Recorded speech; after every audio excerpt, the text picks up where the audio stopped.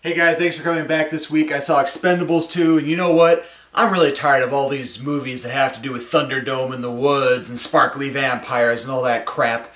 You know what? It's time to roundhouse those movies to the face. Mr. Norris, can you help me out here? This is With a K Review. I'm Victor. Let's get to it. Now the first 15 minutes of this movie really does rock your face off. It's really action-packed, everything is just exploding, guns are shooting, and there is the best helicopter takeout scene by another vehicle that is the best scene since Live Free or Die Hard's car taking out the helicopter. Literally the best scene in the first 15 minutes. Also from this, all I have to say is Jet Li and Frying Pan. And if Maximus from Tangled thinks that he's the master of the frying pan, he has not seen Jet Li's skills with it. What's weird about this first 15-minute fight scene is that after that is done, Jet Li's character disappears. He gets on the plane and he parachutes out to deliver a guy from somewhere, and then he just kind of wafts away, never to be seen again. And I don't know why, and he just never appears throughout the rest of the movie, and he's just gone. But even though Jet Li is gone, that's okay. The rest of the movie actually has a lot of high points to it. Now I know what you're all thinking. The story is going to be terrible. It's going to be so terrible. Now a lot of people aren't really far off when they think of it like that, but the story compared from Expendables 1 to Expendables 2 is actually better, and I know that sounds incredibly weird. Now if you're thinking that when you see all the trailers for this movie, I want you to think this. The story from Expendables 1 versus Expendables 2 is actually better.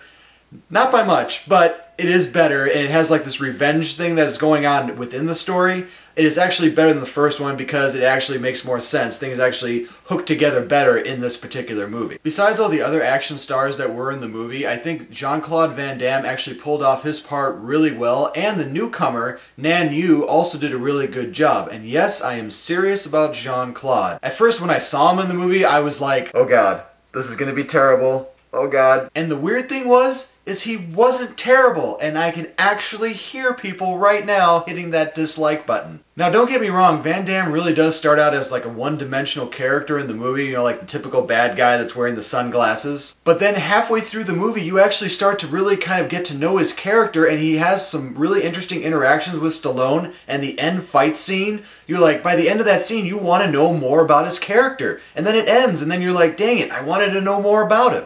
And that's weird. Now besides Jean-Claude, there is another character in this movie which I know everybody was really wanting to see, which was Chuck Norris, and I can tell you this much. He actually has a sound when he comes onto the screen, and when that sound happened, the entire theater that I was in, this is like 70 to 80 people that were in this theater, everybody started laughing and clapping. There was almost a standing ovation for Mr. Norris. Not to give too much away, he actually does make a Chuck Norris joke on screen.